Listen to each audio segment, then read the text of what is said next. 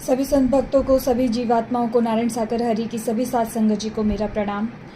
तो मैं कुछ जो जनता है, जो लोग हैं, जो रिपोर्टर्स हैं, वो ये सवाल कर रहे हैं कि नारायण सागर हरि परमपिता परमेश्वर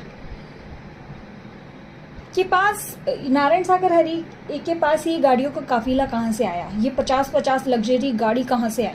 ये कौन है? कहाँ से फंडिंग होती है? जब 1 रुपया भी नहीं आता तो फंडिंग कहाँ से हो रही है? कौन दे रहा है? ओहो, पॉलिटिकल लोग इनसे जुड़े हुए हैं, पॉलिटिकल लोग इनको सपोर्ट करते हैं, वो इनको चंदा देते हैं।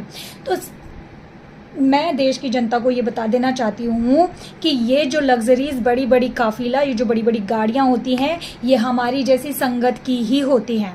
ये संगत की गाड़ी होती है जो प्रभु जी को जब वहाँ से जब प्रवास से निकलते हैं सत्य के साथ करने के लिए, जब पंडाल तक पहुँचने के लिए उनको जाना होता है, या पंडाल से वहाँ प्रवास तक जाना होता है, जो उस काफिले में जो गाड़ियाँ लगती हैं, जो बाइक लगती हैं, वो सेवादार और वो हमारी ही गाड़ियाँ होती हैं। पर्सनल, खुद की खरीदी हुई, खुद की खून कमाई मेहनत से खरीदी हुई वो गाड़ियाँ होती हैं जो हम प्रभु जी को लाने और ले जाने के लिए यूज करते हैं। वो गाड़ियाँ हमारी हैं, वो बाइकें हमारी हैं, वो सेवादार हम ही हैं, वो हम ही सेवादार हैं, वो कोई अन्य सेवादार नहीं है। उनको सैलरी पे नहीं रखा गया है। निःशुल्क इस दर पे ना कुछ लिया जाता है, ना कुछ दिया जाता है। तो यहाँ जो मिलता है वो सत्य का ज्ञान मिलता है।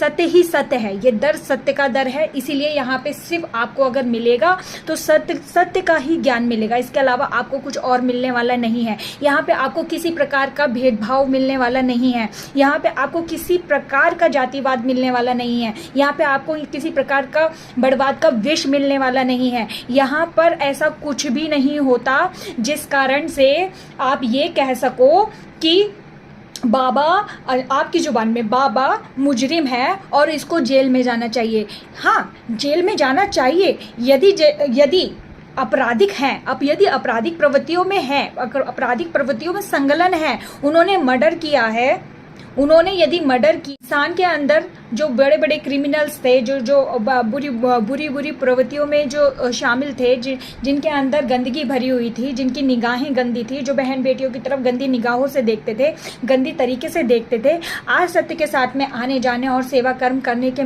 निस्वार्थ सेवा कर्म करने मात्र से उनके अंदर की गंदगी धुलती चली गई और उन्होंने समर्पण कर अपने आप में सुधार किया और एक मानव बन के तैयार हुए। तो आप इसको ये कहते हैं कि ये गलत है? तो मैं ये कहूंगी कि जाओ पढ़ो कालिदास के इतिहास को, जाओ पढ़ो वेद व्यास को, जाओ पढ़ो और अन्य ऐसे लोगों को, जाओ पढ़ो उंगली मार डाकू था कौन, जाओ पढ़ो। तो आपको पढ़ने की जरूरत है, आपको इतिहास उठा के देखने की जरूरत है। आप तो ये कह रहे हैं कि यदि अगर किसी ने अपनी बुराइयां छोड़ दी हैं, यदि किसी ने अपना क्रिमिनल बैकग्राउंड छोड़ दिया है, छोड़ करके यदि उसने समर्पण परमात्मा के आगे कर दिया है, परमात्मा में वो सही रास्ते पे चलने लग गया है, तो वो चल ही नहीं सकता क्योंकि उसने पहले जुल्म किया था। आज वो सही हो कैसे सकता है? कैसे हो सकता है? लेकिन इस दर पे हो सकता है। इस दर पे सब कुछ भी हो सकता है। ये दर ही ऐसा है। ये दर क्योंकि परमात्मा का दर है, किसी बाबा का दर नहीं है। सोचने वाली बात है, यदि कोई बाबा होते, यदि बाबा ही होते तो उन्होंने सबसे पहले अपने बाल बढ़ाए होते, उन्होंने सबसे पहले अपनी दाढ़ी बनाई होती, उन्होंने सबसे पहले अपना आवरण चेंज किया होता, भगवा पहना होता, उन्होंने सबसे पहले तिलक छापा लगाया होता। इस तरीके का जो बाबा का रूप वेशभूषा होती है, उस हिसाब से मैं आपको बता रही हूँ। मैं किसी के ऊपर उंगली नहीं उठा रही। जो इस तरीके की वेशभूषा होती है हमारे भारत में बाबाओं की, वो मैं बता रही हूँ आपको। लेकिन उन्होंने इस तरीके का कोई भी रूप या आडंबर धारण नहीं किया। क्यों नहीं किया? क्योंकि वो सत्य है। सत्य को किसी प्रकार की संत को आवरण की जरूरत नहीं होती।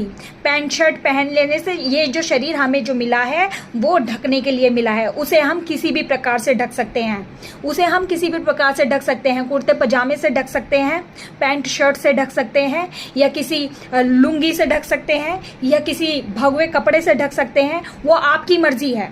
किसी श्वेतांबर से ढक सकते हैं, वो आपकी मर्जी है। लेकिन यदि आप ये कहें कि संत वही होता है जिसने भगवा धारण किया हो, तो ये आपकी बहुत बड़ी भूल है। सत्य को किसी भी प्रकार के ढोंग या पाखंड या किसी भी इस तरीके की चीज़ों को करने की जरूरत नहीं पड़ती, क्योंकि सत्य सत्य ही रहता है। सत्य कभी हारता नहीं है। सत्य की हमेशा ही जीत हुई है, जीत होगी और पक्का होगी। और हाँ, जो लोग ये कह रहे हैं कि जेल भेज दो, तो जेल भेजने वाला तो आज तक मुझे नहीं लगता उन्होंने कोई भी, लगता नहीं, मुझे ऐसा पूर्ण विश्वास है कि उन्होंने ऐसा कोई भी कार्य नहीं किया है जिस कारण से उनको जेल जाना पड़े। ऐसा कोई भी आपराधिक मामले में उनकी प्रवृत्ति नहीं है, उनका वो सम्मिलित नहीं है। आपराधिक मामला, अपराधियों को वो शरण नहीं देते हैं। अपराधी स्वयं सरेंडर कर देते हैं नारायण साकर हरि परमात्मा के श्री चरणों में, पवित्र पावन कमल चरणों में वो स्वयं सरेंडर कर देते हैं।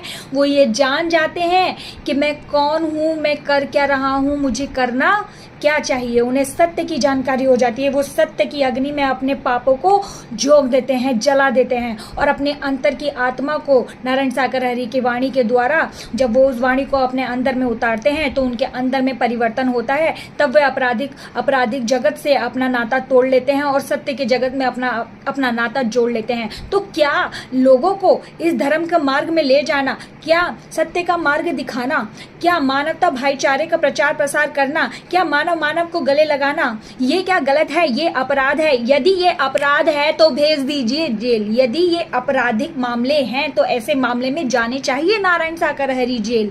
यदि वहां पर जाके कोई अपने अपराधों को त्याग रहा है, अपने अंदर की गंदगी को साफ कर रहा है, उसके अंदर की गंदगी साफ हो रही है और अंतर में सत्य धारण हो रहा है, और यदि ये अपराध है तो भेज दीजिए नारायण साकर हरि को जेल। आपकी नजर में यदि ये अपराध है तो भेज देना चाहिए नारायण साकर हरि को जेल।